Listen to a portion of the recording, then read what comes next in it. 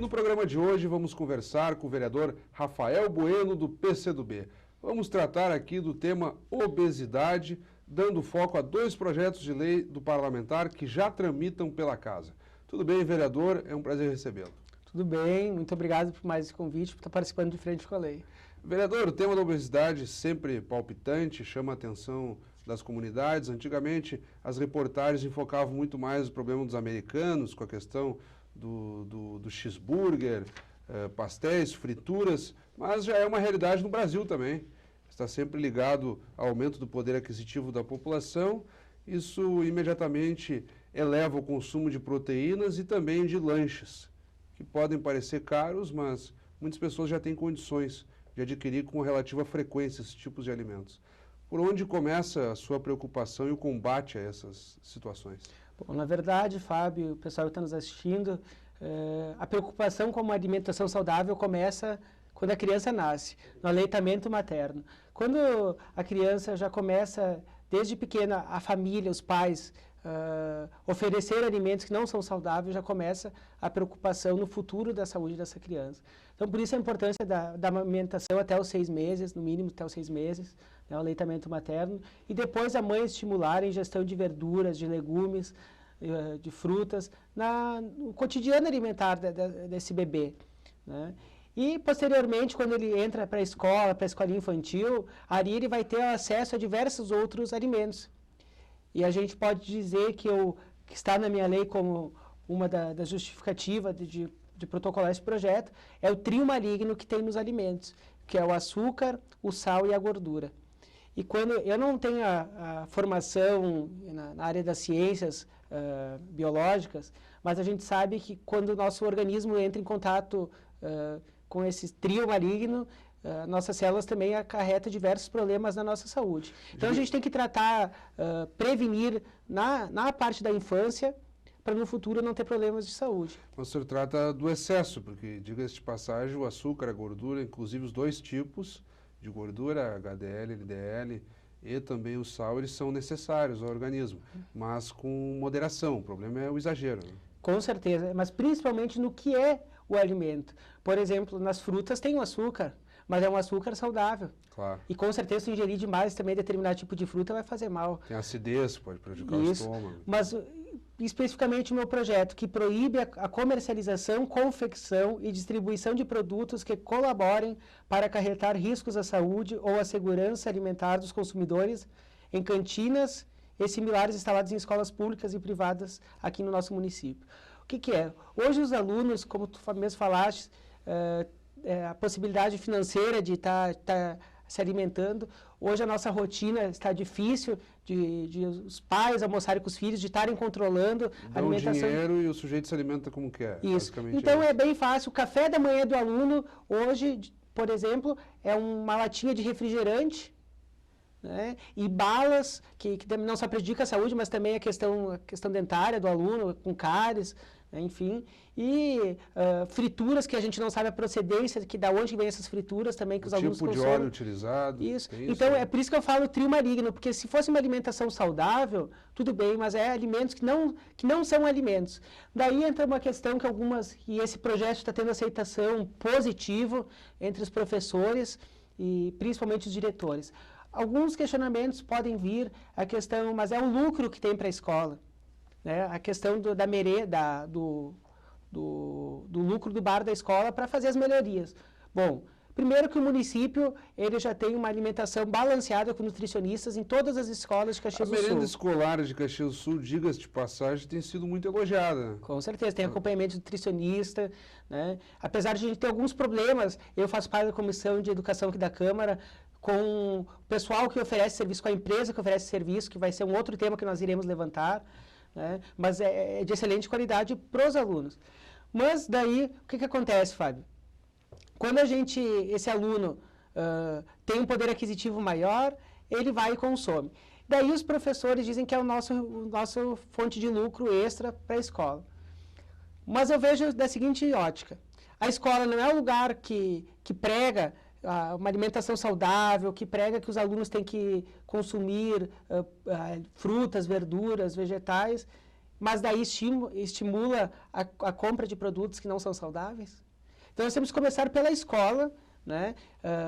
Pela comunidade, que daí é os pais. A questão do chocolate. Do chocolate. Nós notamos, o sujeito, eu particularmente tenho que me controlar, porque a gente faz uma refeição, sempre quer comer um chocolate de sobremesa. Imagina a criança que tem esse aquela acesso. oferta toda. Existe uma lei que foi implementada em 2009, uma lei estadual, que na verdade tentou só camuflar o problema da questão da má alimentação.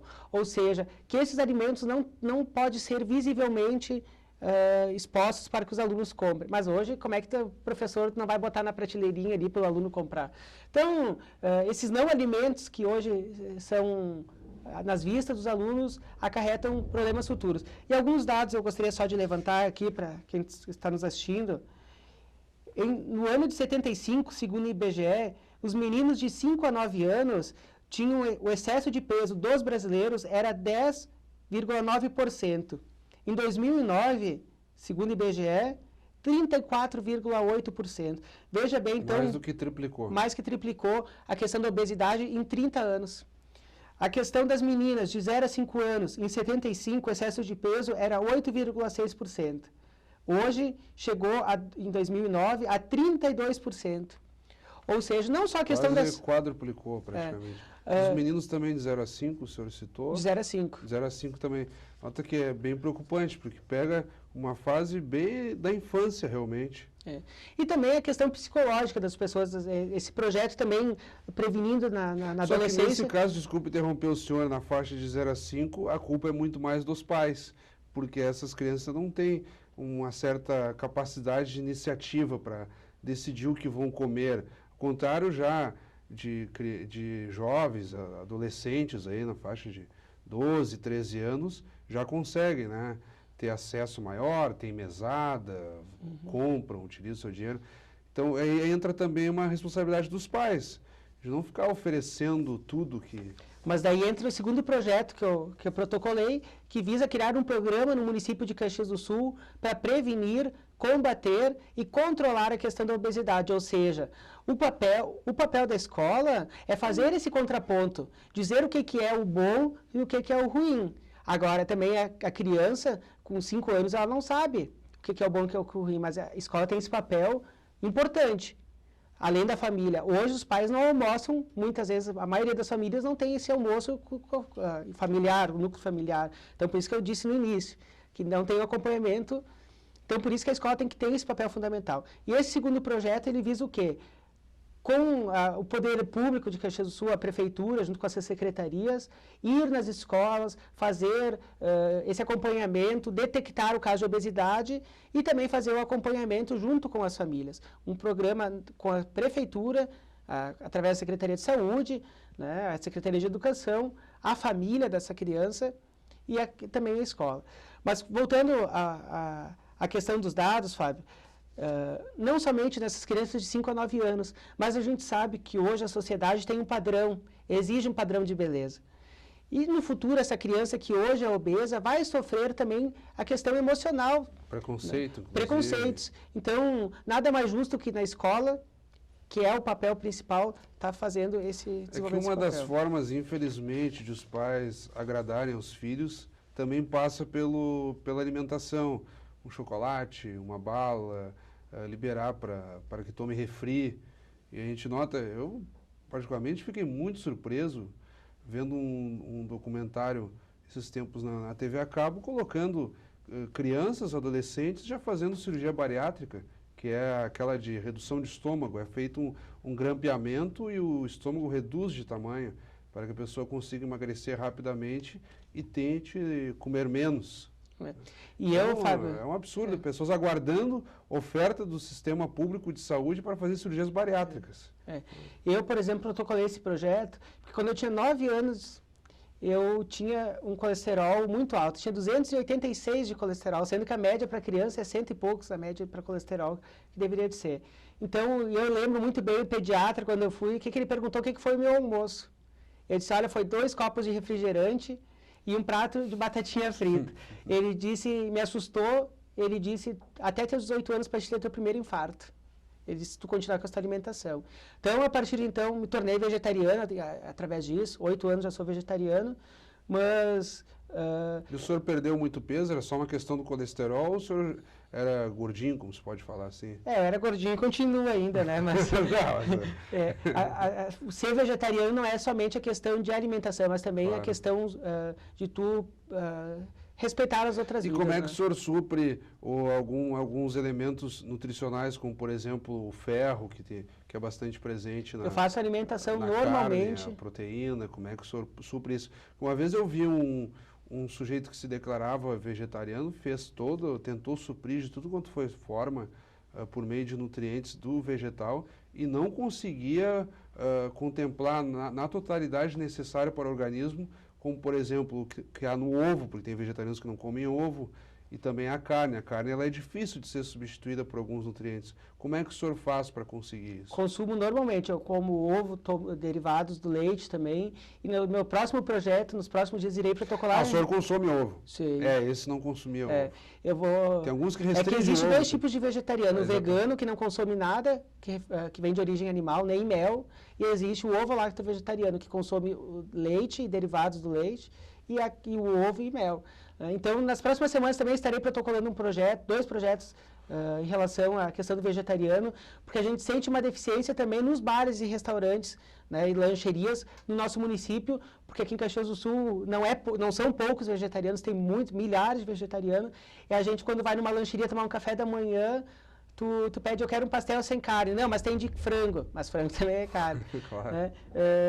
Daí tu vai... Eu fui essa semana num restaurante, cobraram meio espeto corrido, porque eu não como carne, então cobraram metade do valor. Né? Então, tem esses benefícios ainda para ser vegetariano. Então, eu vou estar protocolando um projeto em cima disso, para que obrigue nos cardápios das lancherias e dos restaurantes ter a opção também de vegetariano. Então, o senhor não come carne nenhuma? Nem peixe? Nem peixe. Fica só o vegetal. E a carne de soja? Sim, consumo. Porque tem alguns restaurantes já chamados naturais, assim, o pessoal, grosso modo, fala os naturebas. Mas eu particularmente... Que come com vegetal. E eu notei que também em Caxias popularizou muito aquela chamada salada siciliana, que é um conjunto de folhas, talvez um pouco de cogumelo. Mas, Rafa, nós temos que quebrar, e nós vamos gravar provavelmente outro programa em cima dessa questão dos projetos, tá? As pessoas têm a visão de que vegetariano come só salada. Não, eu como de tudo. Então, nós temos que ter um outro viés, quebrar esses preconceitos, paradigmas em cima dos vegetarianos. Vereador, mudando um pouco de assunto, o senhor que vem de movimentos, eu lembro que ficou muito marcado, pouco antes de o senhor se eleger vereador, a sua atuação naquele chamado movimento Quanto Vale uma Vida, para brigar por passarelas em trechos da BR-116 que cortam Caxias e até hoje geram muitos acidentes. Então, o senhor, com essa experiência, como é que reage agora ao ver essas manifestações que ganharam corpo pelas ruas e não têm perdido força, no sentido de cobrar, em última análise, melhoria dos serviços públicos? Como é que o senhor tem observado, às vezes descamba para o vandalismo? Por outro lado, obrigou o governo federal a tomar diversas medidas na questão da saúde propriamente dita, mobilidade urbana. A sua visão nesse sentido, tem participado a propósito de algumas passeatas? Como é que tem sido? Bom, primeiro, Fábio, falaste de manifestações. Eu nunca deixei de fazer outras manifestações depois aqui que eu me elegi a vereador. Pelo contrário, nós iremos fazer novamente em relação à BR-116. Se até o início de agosto, das férias da letiva agora de inverno das escolas, não fizerem, no mínimo, uma faixa de pedestre lá em frente à agrária, para os alunos da escola Érico Veríssimo atravessarem com segurança, nós iremos pintar quantas vezes, à mão, se chover e apagar, nós iremos pintar quantas vezes for necessário, até que o DAER, DENIT, crie vergonha na cara e faça o seu dever, porque a gente paga imposto e não é caro, e não é barato, eu pago IPVA todo ano, não me abatem nem um centavo, né? E a gente não tem esses benefícios para a comunidade. Não tem nenhuma placa indicando que tem escola nesse local. Então, nós continuamos indo para a rua, tá? Talvez pautas ainda não surgiram mais para a gente que a gente pudesse mais. O que tu falaste em relação às manifestações no Brasil? Eu fiquei muito feliz de ver jovens que até então estavam nas redes e foram para as ruas, né? Que estavam protestando mais nas redes sociais. Isso, nas redes sociais. Então, se a gente quer lutar pelo Brasil e os nossos sonhos, nós não podemos estar só nas redes, mas sim nas ruas. Toda árvore tem a sua laranja podre. Infelizmente, em todas as frutas tem, infelizmente também nas manifestações a gente vê alguns vandalismos.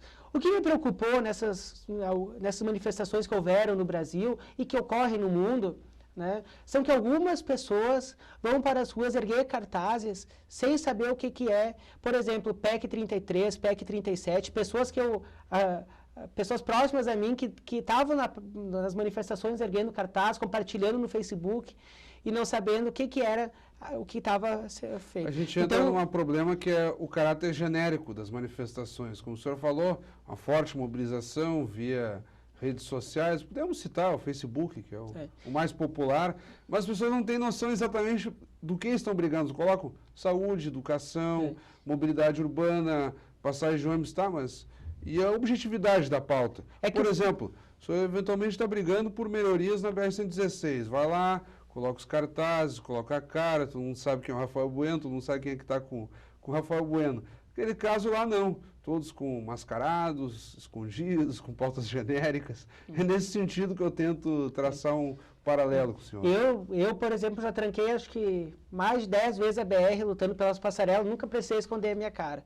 Então, quem quer lutar por direitos não precisa esconder, mas era poucos que escondiam a cara, tanto que se esconderam e nem apareceram mais, cessou, que bom, porque continua ainda as mobilizações, mas com pautas afirmativas. E pautas afirmativas, quando eu me preocupo do senso comum, Fábio, quando tu disseste, é a falta de pautas específicas.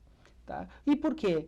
Porque hoje, desde que eu me conheço por estudante, se fala em reforma agrária. Mas reforma agrária se fala há 100 anos no Brasil. O Brasil já começou corrupto. O Brasil tem dinheiro de sobra. Desde quando começou, 500 anos atrás, começaram a roubar dos nossos índios aqui. Os lotes de terras, as sesmarias. Então, dinheiro tem. Olha, esses políticos que viajam com o patrimônio nosso aqui, que vão para festa particular. Então, se tem para isso, sobra dinheiro. Sabe? Agora, pensa o seguinte, olha. São 513 deputados federais no Congresso. 81 hoje, senadores. E 81 senadores. Esses 513... estão todos para beneficiar o povo. Por que a reforma política, a reforma urbana, a reforma agrária, a reforma tributária, até hoje não foi votada no Congresso? Porque mais de 400 estão lá só para defender quem? O poder econômico,